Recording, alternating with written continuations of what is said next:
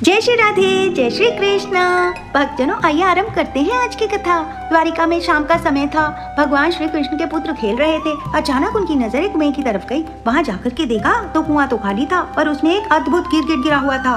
उन्होंने उसे कुएं से बाहर निकालने की कोशिश की, पर अंततः उन्हें भगवान श्री कृष्ण को बुला करके लाना पड़ा। उन्होंने बिना किसी कठिनाई से बाएं हाथ से खींचकर गिरगिट को बाहर निकाल दिया। जैसे ही गिरगिट भगवान के स्पर्श में आया, गिरगिट से एक तेजस्वी महापुरुष प्रकट हुए। अब भगवान जो त्रिकालदर्शी, जो सब जानते हो, उन्होंने फिर भी पूछा, हे देव पुरुष, आप कौन हैं और आपको यह स्थिति कैसे प्राप्त हुई? आप गिरगिट कैसे बने? कृपया अपना परिचय दीजिए। महापुरुष ने उत्तर दिया, महाराज, मैं राजा नृग हूँ। मैं एक चक्रवर्ती सम्राट था और प्रसिद्ध दानी था। मैंने अपनी युवावस्था से ही अनेक दान किए। मैंने असंख्य गाय दान की और वे सभी गाय दुधारू, सुंदर और सुसज्जित थी। मैंने न्याय पूर्वक अर्जित धन से इन गायों को प्राप्त किया। इनके सींगों में सोना और खुरों में चांदी लगवाई, हार वस्त्र आभूषणों से सजाया और सद्गुणी तपस्वी विद्वान ब्राह्मणों को दान किया। साथ ही पृथ्वी, सोना, हाथी, घोड़े, कन्याएं आदि भी दान की।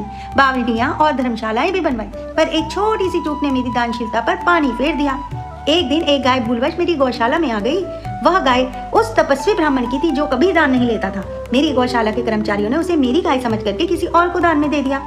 जिस ब्राह्मण को ये गाय दान में मिली, वह आनंदित हो उसे ले जा रहा था। उसी समय उस तपस्वी ब्राह्मण ने अपनी गाय को पहचान लिया और दावा किया कि वह गाय उसी की है। अब दोनों ब्राह्मण मेरे पास आए न्याय की अपेक्षा में।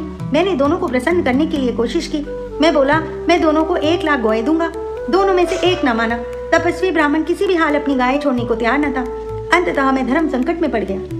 मैंने दोनों से क्षमा मांगी, पर कोई हल ना निकला। जब मेरी मृत्यु हुई तो मुझे इस छोटी सी चूक के कारण यमलोक ले जाया गया। वहाँ यमराज ने मुझसे पूछा कि पहले आप पाप का फल भोगोगे या पुण्य का। मैंने पहले पाप का फल भोगने का निर्णय लिया और इसके परिणाम स्वरूप मुझे गिरगिट के रूप में जन्म लेना पड़ा। मैं इस कुएं में लंबे समय से पड़ा हुआ था और कष्ट भोग रहा था, और आपके दर्शन से ही मुझे इस गिरगिट शरीर से मुक्ति मिली। मैं आपका सेवक हूँ। राजा नृग ने भगवान की स्तुति की, परिक्रमा की, साष्टांग प्रणाम किया। भगवान ने राजा नृग को आशीर्वाद दिया और राजा नृग दिव्य विमान पर बैठकर देवलोक को प्रस्थान कर गए। भगवान श्री कृष्ण की जय। आज की कथा बस यहीं तक। जल्द मिलते हैं एक नई कथा के साथ। राधे राधे।